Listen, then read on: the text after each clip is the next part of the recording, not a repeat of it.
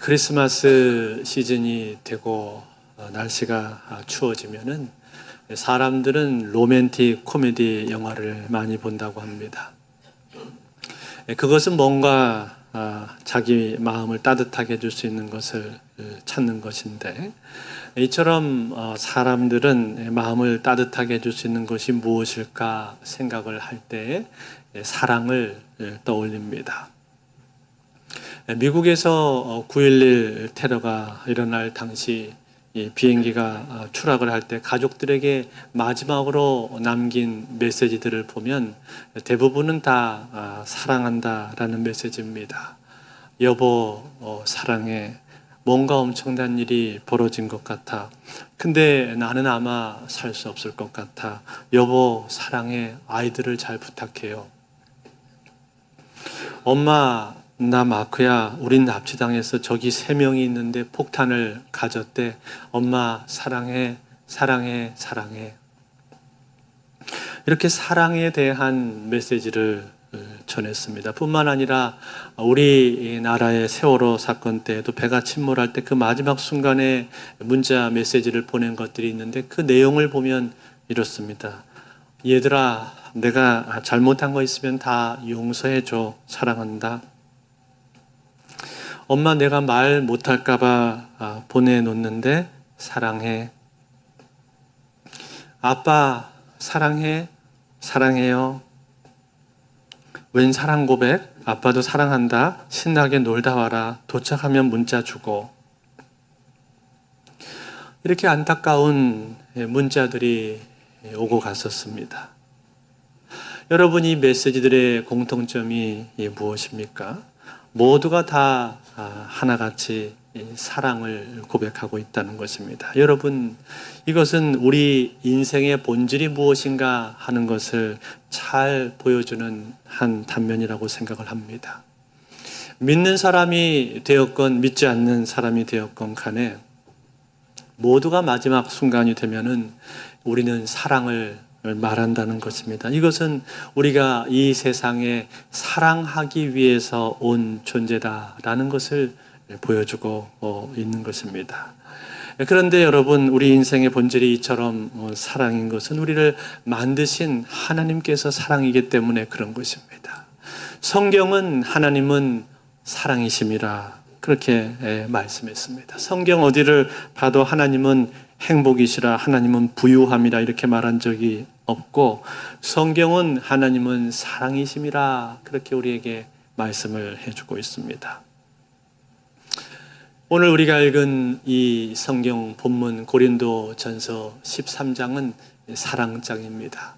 대표적으로 사도 바울이 쓴 책 중에서 사랑장으로 알려져 있는 성경입니다. 그런데 사도 바울의 일반적인 성격을 볼 때 그의 담즙질적인 기질과 목숨을 내놓을 정도의 철저한 헌신, 그리고 목표를 향해서 돌진해 가는 그의 강력한 성품과 비교해 볼 때 오늘 13장은 그 느낌이 상당히 다릅니다. 뿐만 아니라 그동안 그의 여러 서신서들에서 보여주었던 그의 필체, 즉 이성적이고 논리적이고 체계적인 그런 필체하고 비교해 봤을 때 오늘 고린도전서 13장은 너무나도 시적이고 너무나도 아름다운 그러한 내용을 담고 있습니다. 이게 진짜 사도 바울이 쓴 글이 맞는가 싶을 정도로 그렇게 시적이고 아름다운 내용들이 오늘 본문에는 담겨져 있습니다.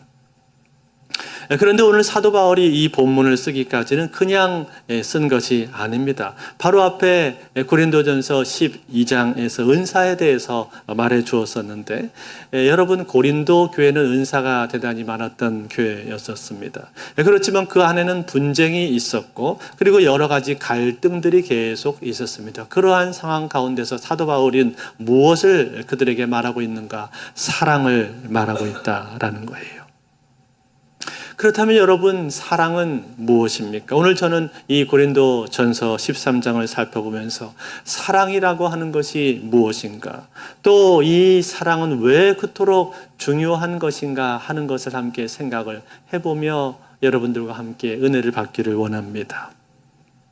오늘 우리가 읽은 이 13장을 단락을 나눠서 생각을 해보자면 크게 세 개로 단락을 나눌 수가 있습니다. 1절부터 3절, 4절에서 7절, 그리고 8절에서 12절 이렇게 나눌 수가 있습니다. 첫 번째 1절부터 3절까지에다가 제목을 붙인다면 사랑의 우월성 또는 사랑의 중요성 이렇게 붙일 수 있을 것입니다. 그 다음에 4절에서 7절까지의 내용은 사랑의 본질이라고 말할 수 있을 것이고, 마지막 8절에서 12절은 사랑의 영원성 그렇게 말할 수 있을 거예요. 그리고 맨 끝에 나오는 13절은 이 장의 결론입니다. 그 중에서 제일 첫 번째 단락 1절에서 3절까지에서는 사도 바울이 사랑을 다른 것들하고 비교를 하면서 말을 해주고 있습니다. 여기에 사랑과 대비되어서 나오고 있는 것들이 무엇입니까? 방언, 예언, 또 믿음, 구제, 헌신 이런 것들이 여기에 나오고 있죠. 제일 먼저 방언에 대해서 그는 말해주고 있는데 오늘 1절에서 이렇게 말을 했습니다. 내가 사람의 방언과 천사의 말을 할지라도 사랑이 없으면 소리나는 구리와 울리는 꽹과리가 되고. 여러분, 방언이라고 하는 것이 무엇입니까? 방언은 외국어를 포함한 타문화권 사람들이 쓰는 모든 언어를 말하는 것이죠. 또 천사의 말이라고 하는 것은 천사의 말이라고 하는 것은 천사들이 쓰는 언어, 하늘의 언어를 말하는 것입니다. 그러니까 여기서 사도 바울이 사람의 방언과 천사의 말이라고 했을 때 이 말의 뜻은 최고의 경지에 이른 방언의 은사를 말하고 있는 거예요. 즉 랄랄라 방언으로부터 시작을 해서 유창한 외국어 방언에 이르기까지 모든 방언을 다 통틀어서 총망라해서 일컬어주고 있는 말인 것입니다. 여러분, 실제로 사도 바울은 방언을 잘 했다고 합니다. 고린도 전서 14장 18절에 보면 이런 말씀이 나오는데 이렇게 되어 있어요. 내가 너희 모든 사람보다 방언을 더 말함으로 하나님께 감사하노라. 모든 사람보다 방언을 더 말한다, 그렇게 말을 했어요. 그러니까 여러분, 얼마나 방언에 능통했던 거예요. 방언을 아주 잘했던 것이죠. 아마도 상당한 수준의 고급한 방언을 사도 바울은 구사를 할 수가 있었던 것 같습니다.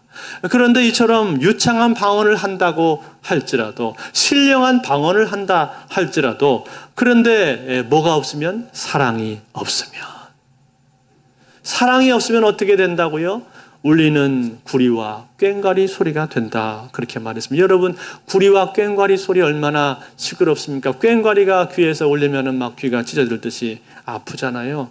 여기 구리라고 하는 이 단어는 구리로 만든 악기를 말하는 것이고, 또 꽹과리는 그 당시에 썼던 악기들입니다. 디오니소스 신전이나 이방 신전에서 있었던 큰 심벌주처럼 생긴 악기가 바로 이것인데, 그들은 이 악기를 가지고 자기들의 신들을 깨우기 위해서, 또 사람들을 감정적으로 흥분시키기 위해서 이 악기를 크게 쳤다고 합니다. 시끄러운 악기들이란 말이에요. 그런데 무엇이 그렇다는 거예요? 방언이 그렇게 될 수가 있다는 거예요. 어떻게 되면? 사랑이 없으면. 사랑이 없는 상태에서 방언만 한다면 그것은 시끄러운 꽹과리 소리처럼 될 거다, 그렇게 말해주고 있는 거예요. 오늘 우리 교회 안에도 방언하시는 분들 이 자리에도 있을 수 있습니다. 그런데 여러분, 꼭 기억을 하시기를 바랍니다. 내가 아무리 신령한 방언을 한다고 할지라도 내 안에 사랑이 없다면, 사랑이 빠져버린다면 그것은 꽹과리처럼 될 수가 있다. 그 사실을 여러분들 기억하시기 바랍니다. 그 다음에 두 번째로 나오고 있는 것은 무엇입니까? 그것은 예언이죠. 오늘 2절 말씀인데 2절 한번 우리 같이 읽어볼까요? 2절 같이 있습니다. 시작. 내가 예언하는 능력이 있어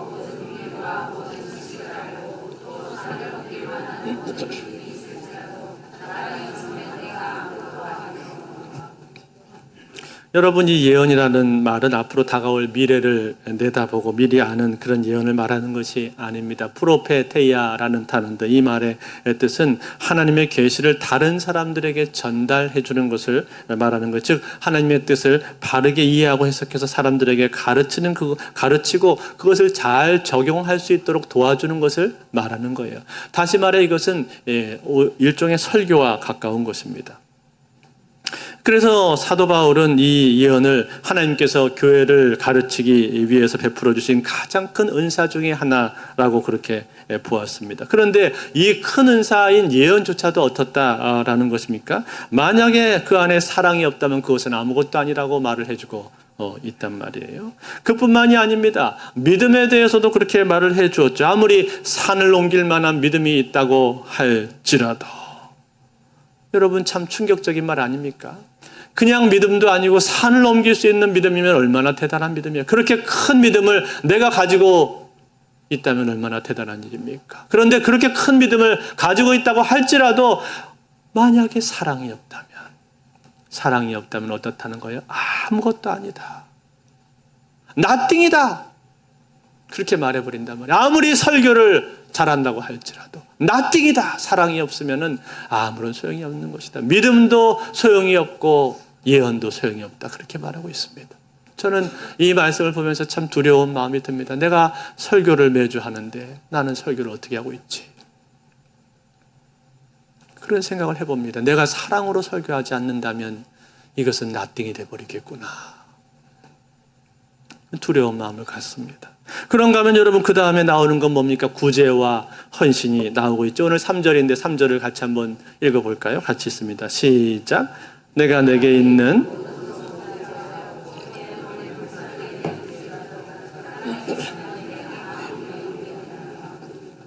자, 구제를 했는데 그것도 적당히 구제한 것이 아니라 내게 있는 모든 것으로 구제를 했단 말이죠.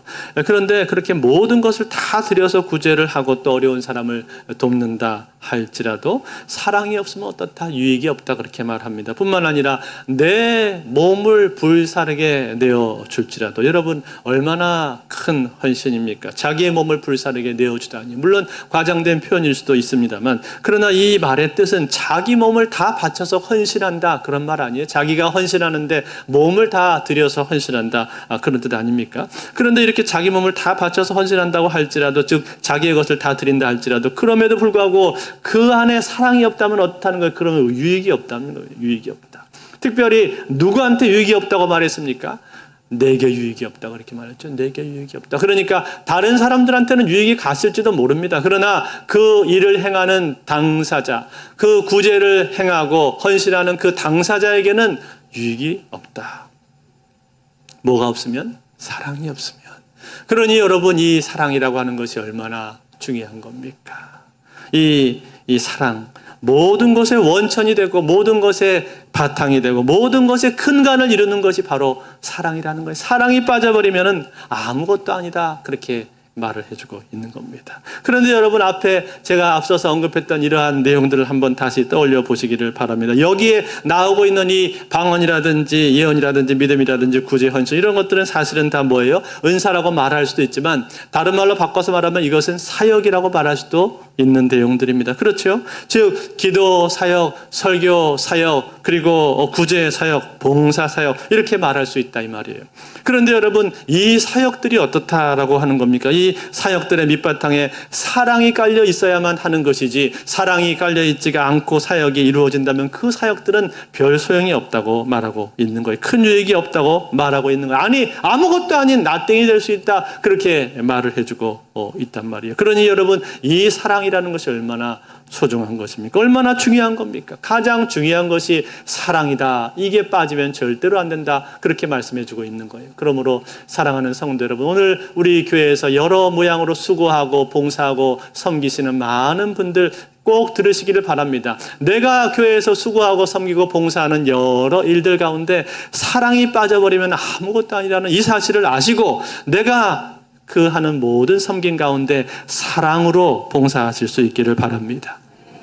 특별히 교회에서 어려운 일을 맡아서 하시는 분들은 더 많이 기억을 하시면 좋을 것 같습니다. 어려운 일을 하다 보면은 자칫 짜증이 나게 되기도 하고 또 예민해지게 되기도 하고 신경질적으로 되게 될 수도 있는데 그럴 때 여러분 잘 생각을 해보세요. 내가 이 일을 하는 목적이 무엇인가? 내가 왜 이 일을 하는 것인가? 하는 것에 대한 것을 다시 한번 생각을 해보시기 바랍니다. 하나님이 나에게 사랑을 하라고 이 일을 맡겨 주신 것이지 그것이 아니라 내가 일을 위한 일을 해서는 안 된다 이 말이에요. 그래서 일하면서 서로 큰 소리 내고 싸우고 미워한다면 그것은 이 일을 하는 목적하고 잘 맞지가 않는 것 아닙니까? 그러니까 일을 하는 목적이 무엇인가를 잘 생각을 해보시고 내가 있는 그 자리에서 내 옆에 있는 동역자, 나랑 같이 일하고 있는 이 사람을 내가 사랑하지를 못한다면 내가 어떻게 온 교인들을 사랑할 수가 있겠습니까? 그것은 더 어려운 것이겠죠. 물론 여러분 열심히 일을 하려고 하다 보니까 더 잘하려고 애를 쓰다 보니까 더 좋은 성과를 내고 싶고 더 식당에서 밥도 더 맛있게 만들어서 대접을 하고 싶고 또 찬양을 불러도 더 아름답게 찬양을 하고 싶고 뭐든지 더 잘하고 싶으니까 그럴 수가 있습니다. 서로 의견 충돌이 나거나 예민해질 수가 있습니다. 그렇지만 여러분 조금 식당에 음식이 맛이 덜 있어도 괜찮습니다. 사랑하는 게 더 중요합니다. 우리 찬양대 너무 찬양을 잘하고 매주마다 저는 은혜를 너무나 많이 받습니다. 그렇지만 여러분 조금 덜 잘하셔도 괜찮습니다. 꼭 내가 프로가 돼야지 프로페셔널하게 하지 않아도 괜찮다 이 말이에요. 이렇게 말하면 우리 지자님 별로 안 좋아할지도 모르겠는데 그렇지만 여러분 여러분들이 찬양하면서 마음을 담아서 기도하는 마음으로 찬양을 하고 진심을 담고 그리고 신앙의 고백으로 하나님을 찬양한다면 그리고 사랑한다면 그러면 저는 그 찬양을 하나님께서 최고로 기쁘게 받으실 줄로 믿습니다. 그것은 조금도 부족함이 없는 찬양이 된단 말이에요.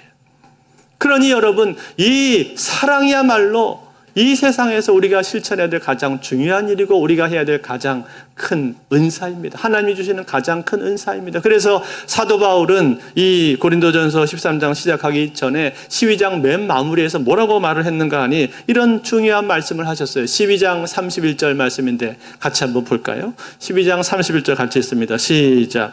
너희는 더욱 큰 은사를 사모하라. 아멘.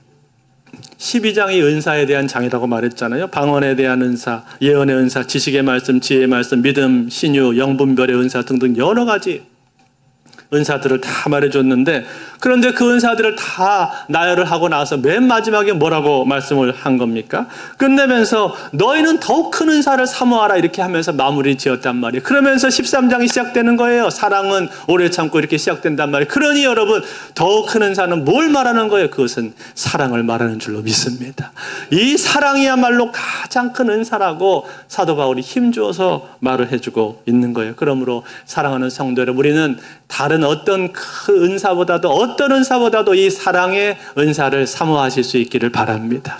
하나님 나에게 사랑을 주십시오. 사랑을 부어주십시오. 이렇게 기도하실 수 있기를 바랍니다. 물론 여러분이 사랑이라는 것이 은사라고도 말할 수 있지만 어떻게 보면 열매에 더 가까울 것입니다. 성령의 열매, 성령께서 우리 안에 계속 내주함으로 말미암아 맺게 되는 인격적인 열매가 바로 사랑 아닙니까? 그래서 성령의 9가지 열매를 보면은 그 성령의 열매 중에서 제일 처음에 뭐가 나옵니까? 사랑이 나오죠. 사랑과 희락과 화평과 이러면서 사랑이 제일 처음에 튀어나온단 말이죠. 그만큼 이 우리가 맺어야 될 열매 중에서도 가장 중요한 열매가 바로 사랑의 열매라는 거예요. 그러므로 사랑하는 성도 여러분, 우리는 우리의 삶을 살아가면서 내가 맺을 수 있는 열매 중에서 가장 크고 좋은 열매, 이 사랑의 열매 맺기 위해서 힘쓰기를 바랍니다. 사랑의 열매를 주시고 사랑의 은사를 나에게 주셔서 이 기도가 저와 여러분들의 기도가 되시기를 바랍니다. 자, 이렇게 사랑은 중요한 것인데 그렇다면 여러분 이 사랑의 내용은 무엇입니까? 본질은 무엇입니까? 4절부터 시작해서 7절까지 사랑의 본질을 다루고 있는데 먼저 4절에 보니까 뭐라고 말했나요? 4절 같이 읽어볼까요? 시작. 사랑은 오래 참고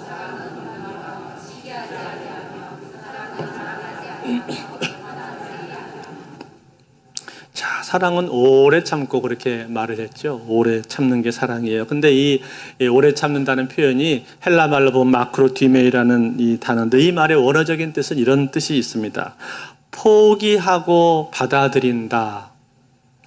뭐라고요? 포기하고 받아들인다 이런 뜻이 있어요. 영어로 acceptance인데 그냥 이를 악물고 무조건 참는 것이 아니라 포기하고 받아들인다는 거예요. 즉 그 사람을 관계 속에서 받아들인다 그런 의미가 이 가운데는 있습니다. 그게 오래 참는 거라는 거예요. 제가 저희 집 아이들 어렸을 적에 저희 큰아들이 가지고 있는 특이한 습관이 하나 있었는데요. 뭐였냐면 얘는 꼭 물을 마실 때 밥 공기를 꺼내가지고 물을 마셔요.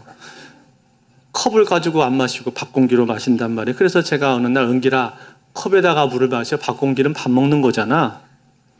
그랬더니 자기는 그게 더 편하다는 거예요. 그리고 컵은 왠지 꺼름직하다는 거예요. 밥 공기가 더 깨끗하게 보인다는 거예요. 그래서 제가 아니야, 컵도 깨끗해. 그리고 가족들끼리 먹던 컵 서로 먹고 다 그렇게 하는 거야. 너무 까탈스럽게 클까봐 이제 그렇게 얘기를 한 거죠. 근데 어느 날 보니까 또 식탁 위에 밥 공기가 나와서 올려져 있고 이제 그래서 제가 그때마다 막 잔소리를 했어요. 그런데 어느 날 보니까 이 애가 제 눈치를 슬슬 보더라고요. 물 마실 때마다 제 눈치를 보는 거예요. 그래서 제가 이러면 안 되겠구나. 애를 이렇게 하다가는 기를 죽여서 잘못 키우겠구나. 그런 생각이 제 마음속에 들었습니다. 그래서 그 후로는 이제 말을 그 얘기 하지 않았습니다. 그냥 제가 받아들이기로 그냥 이제 결심을 한 거죠.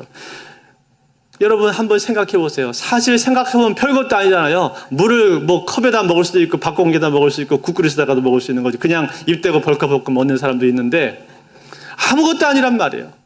아무것도 아닌데 별거 아닌 걸 가지고 한번 거슬리기 시작하니까 계속 자꾸만 그게 눈에 거슬리고 신경이 쓰이고 나중에는 그게 힘든 요소가 되어버렸다 이 말이에요. 여러분 저는 이렇게 별것도 아닌 걸 가지고 힘들어 했었지만 여러분 우리가 살다 보면요 사람과의 관계 속에서 이와 비슷한 일들이 얼마나 많습니까? 그 사람이 가지고 있는 어떤 습관이나 습성, 말투 그리고 그 사람이 가지고 있는 어떤 모습 때문에 내가 그 사람을 힘들어하는 경우들이 얼마나 많습니까? 별것도 아닌데 나는 받아들이기가 힘들단 말이에요. 자꾸만 그 모습이 신경이 쓰이고 거슬린단 말이에요. 그런 경우들이 얼마나 많습니까? 거기서부터 미움이 자라게 되는 거죠. 그런데 오늘 이 성경은 우리에게 뭐라고 말을 해주고 있는 거예요?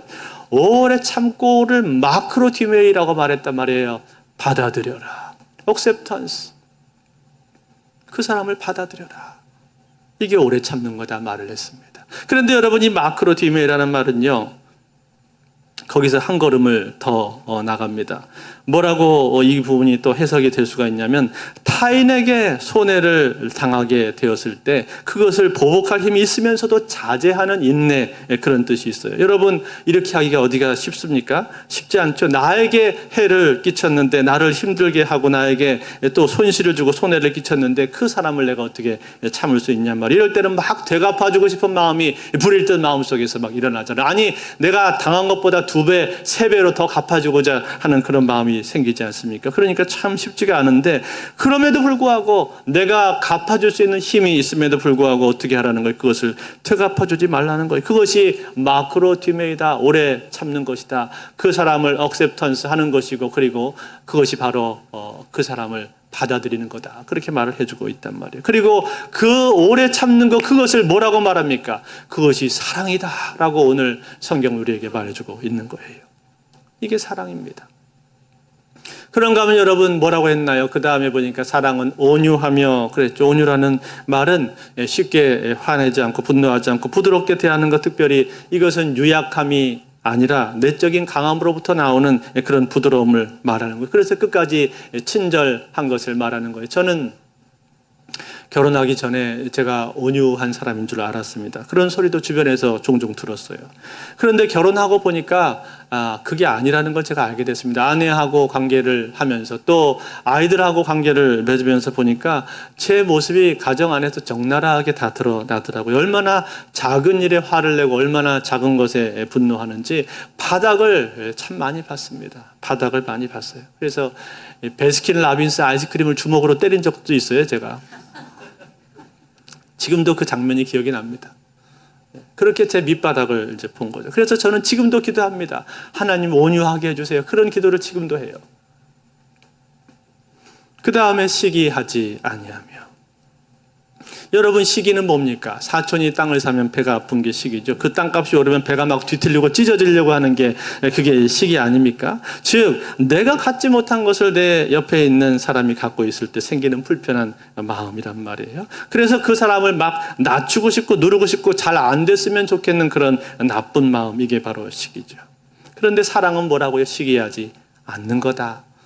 그렇게 말합니다. 또 자랑하지 아니하며 교만하지 아니하며, 이 자랑과 교만은 사실은 같은 것이죠. 자기를 드러내고 자기를 높이려 하고 내가 박수갈채 받아야 되고 내가 영광을 받아야 되는 그러한 옳지 않은 마음입니다. 이것은 사랑이 아니라고 말을 해주고 있어요. 그리고 5절에 보니까 무례히 행하지 아니하며 자기의 유익을 구하지 아니하며 성내지 아니하며 악한 것을 생각하지 아니하며. 악한 것을 생각한다는 말은 비열한 생각을 한다는 뜻이죠. 비열하게 복수를 하려고 하는 마음을 갖는 것을 말하는 거예요. 대놓고 복수하지는 않지만 뒤에서 은근히 그 사람을 힘들게 하면서 조금씩 피를 말리는 그런 복수를 말하는 거예요. 제가 이런 걸 아주 잘합니다.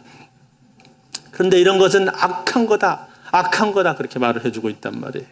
6절에 불의를 기뻐하지 아니하며 진리와 함께 기뻐하고, 불의를 기뻐하지 않는 것, 불의는 옳지 않은 것, 사회 속에서 일어나는 부조리 악에 대해서 기뻐하지 않는 것을 말하는 것이고, 그리고 진리와 함께 기뻐하고, 이 진리는 불의의 반대 개념이죠. 의로운 것, 선한 것, 옳은 것을 뜻하는 것. 그러니까 옳지 않은 것을 기뻐하지 않고 옳은 것, 선한 것을 기뻐하는 것, 이것이 뭐다? 이것이 사랑이다라고 말씀해 주었어요. 여러분, 여기까지 우리가 사랑의 본질을 쭉 살펴봤습니다. 여러분, 이 사랑의 본질의 내용들을 우리가 볼 때 어떤 생각이 드십니까? 여기 지금 열거되고 있는 이러한 내용들을 볼 때 이 내용 안에서 공통점이 있다는 생각이 들지 않습니까? 사랑은 오래 참고 온유하며 시기하지 않으며 자랑하지 않고 교만하지 않고 무례히 행치 않고 자기 유익을 굳지 않고 성내지 않고 악한 것을 생각하지 않으며, 이런 내용들이 가지고 있는 공통점이 뭐죠? 이 내용들은 다 어디서 이루어지고 있는 거예요? 이것은 바로 사람과의 관계에서 이루어지고 있는 것들입니다. 그렇죠?